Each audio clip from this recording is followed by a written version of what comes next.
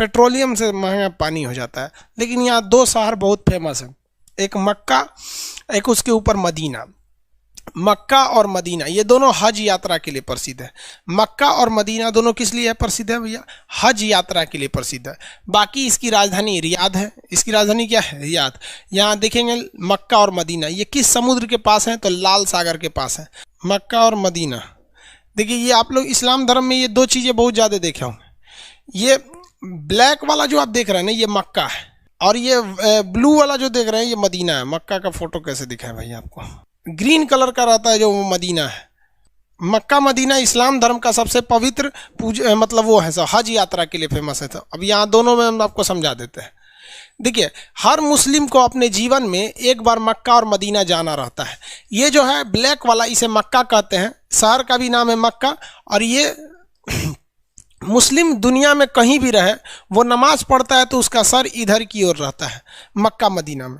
ये वाला जो है ना ये काली वाली जो बिल्डिंग दिख रही है यही क्या है? मक्का है। अब इस मक्का के चारों ओर घूमना जो होता है वो हज यात्रा कहलाता है, हज।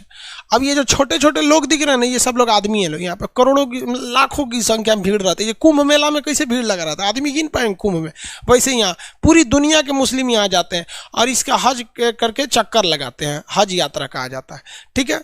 हज यात्रा कंप्लीट कब हो जाता है? जब आप मक्का में जाते हैं तब। ये मक्का को कहा जाता है कि ये मतलब ये अल्लाह के पूजा स्थल के लिए इसका मुख्य रूप से महत्व है। दूसरा जगह आता है मदीना।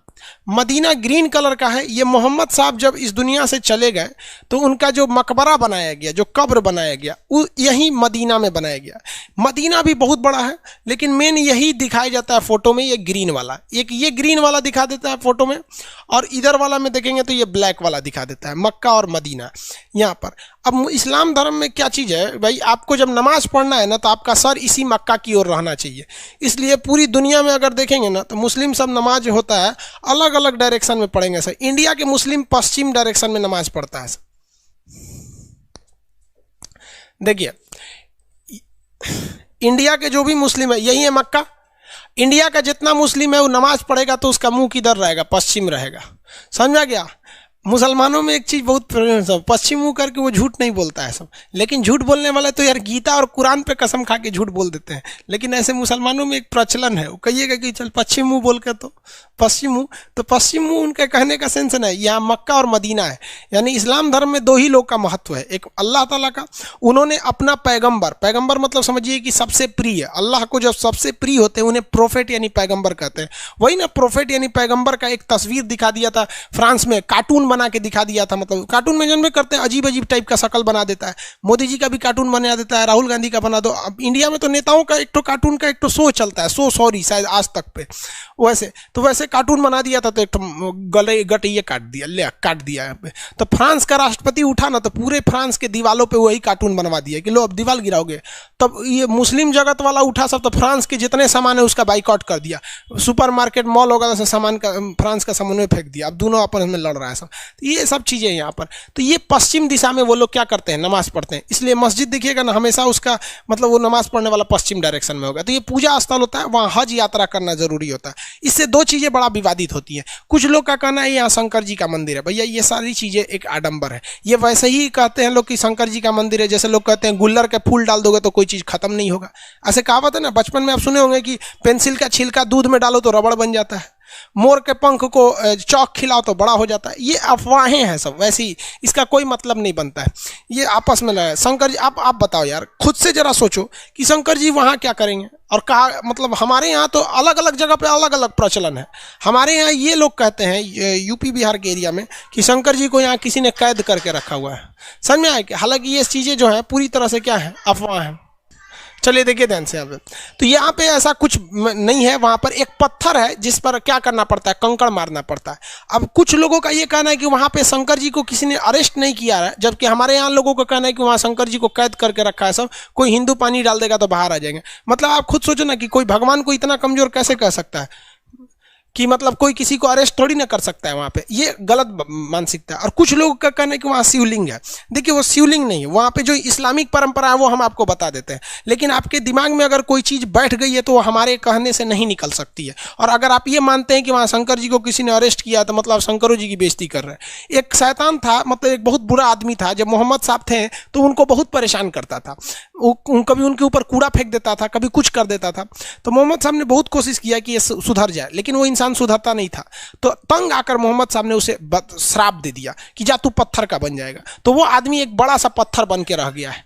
तो लोग जाते हैं ना तो इसी पत्थर पे कंकड़ से मारते हैं लोग, वो ये दिखाने के लिए कि तूने मोहम्मद साहब को परेशान किया था। तो किसी ने ये फोटो लाया और बोल दिया कि भाई साहब यहाँ पर मतलब इस फोटो में यहाँ पे कि ये शिवलिंग है, जबकि ऐसा कुछ नहीं है। वो परंपरा के हिसाब से देखिएगा तो एक शैतान आदमी था। अब बताओ भाई, अगर इस पत्थर की हिस्ट्री उठाओगे तो वो एक ऐसा दुष्ट व्यक्ति था जिसे पत्थर बना दिया गया श्राप से। अब वो दुष्ट व्यक्ति को आप शिवलिंग बोलोगे? आप मानते हो तो आप हमारी बात पे तो बिलीव नहीं कर सकते, वरना अगर आप जिस पे बिलीव करते हो जो ऑथेंटिक चीज़ है, जैसे गूगल हो गया, विकीपीडिया हो गया, क्योरा हो गया, इस सब पे आप जाके सर्च कर सकते हैं। इसी को लोग वो शिवलिंग बोलते हैं। तो इस मक्का मदीना को लेकर दो ही प्रचलन बहुत फेमस है।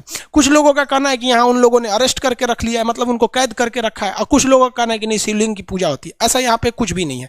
वो तो जो शिवलिंग वाली बात होती है वो तो मदीना के पास है जहाँ पत्थर मारा जाता है यहाँ पर। अब कुछ लोगों का कहना है कि यहाँ हिंदू को जाने क्यों नहीं दिया जाता है। भाई साहब यहाँ 2.5 लाख रुपया खर्चा आता है एक आदमी को जाने का। दूसरा, आप किसी देश में जाते हैं तो आप अपने हिसाब से नहीं चलते हैं, उस देश के नियम कानून के हिसाब से ही हमें चलना पड़ता है। तो ये एक मुस्लिम कंट्री है, इसका नियम है कि जो हज करने आता है उनके लिए प्रॉपर नियम होने चाहिए। अब आपको पता है ना कि जो उन लोग के नियम कानून होंगे उनको पता होगा। यार हम लोग को हम लोग कभी हज करने नहीं गए, बुढ़ापे में मम्मी पापा को भेज देंगे लोग। तो ये समझ में आ गया, ये सऊदी अरब केवल मक्का मदीना के लिए। इस पर एक और विवाद होता है कि हज के लिए सरकार सब्सिडी देती है, मुसलमानों को बेवकूफ़ बनाती है सरकार। देखिए क्या कहती है, सुनिए ध्यान से। हज के लिए खर्चा आता है 2.5 लाख रुपए। तो जब सरकार थी ना पहले कांग्रेस की सरकार, वो तो मुसलमानों को और लोल बनाई। बीजेपी तो कम से कम खुल के कहती है, कांग्रेस तो और लोल बनाई। कांग्रेस कहती है भाई 2.5 लाख है ना, तो आप इसमें केवल कितना दीजिए, 2,40,000 दीजिए, मतलब 2,40,000 दे दीजिए आप। तो मुसलमानों को लगता था 10,000 सब्सिडी हो गया। दूसरा देखिए, जब जो व्यक्ति ये सब्सिडी ले लेता था ना, उसको एयर इंडिया की जहाज से जाना होता था, एयर इंडिया। और एयर इंडिया उस समय 15,000 की जगह पे 60,000 रुपया किराया ले लेती थी। भाई साहब यहाँ देखो, 15,000 की जगह पे 60,000 किराया ली है यहाँ पर, यानी 45,000 सरकार ने एक्स्ट्रा किराया ले लिया। जबकि हज के लिए आप किसी भी दूसरे जहाज से जाइएगा तो 15,000 ही किराया है, लेकिन एयर इंडिया से जाइएगा हज करने के लिए तो 60,000 लेगा, आपको 45,000 एक्स्ट्रा लेगा। छूट कितना दिया है? 10,000 का। मुसलमानों को लगता है सब्सिडी मिल रही है। तो सबसे पहले भैया तू तो यहाँ लोल बन रहा है। दूसरी बात क्या चीज़ होती है कि हज का एक नियम है कि आप दूसरे से पैसा लेकर हज यात्रा नहीं कर सकते हैं। तो आप सरकार की सब्सिडी लेके काय लिए हज यात्रा करते हैं। ये सारे धर्मों में है कि भैया अपने कमाई से जाइए, नहीं तो घर में ही भगवान की पूजा कीजिए। तो सऊदी अरब की यही 2-3 चीज़ें फेमस हैं वहाँ पर, और बाकी कुछ है नहीं। वहाँ पेट्रोल है, धार्मिक चीज़ें। अब कोई भी जाता है यहाँ पे तो लाखों रुपए उसकी इनकम हो जाती है हज यात्रा से। अब जैसे आप खुद सोचिए ना भाई, इलाहाबाद में अगर हर साल कुंभ का मेला लगेगा तो इलाहाबाद के लोगों की तो इनकम वैसे ही बढ़ जाएगी, क्योंकि जो भी आता हज करने वो 45 दिन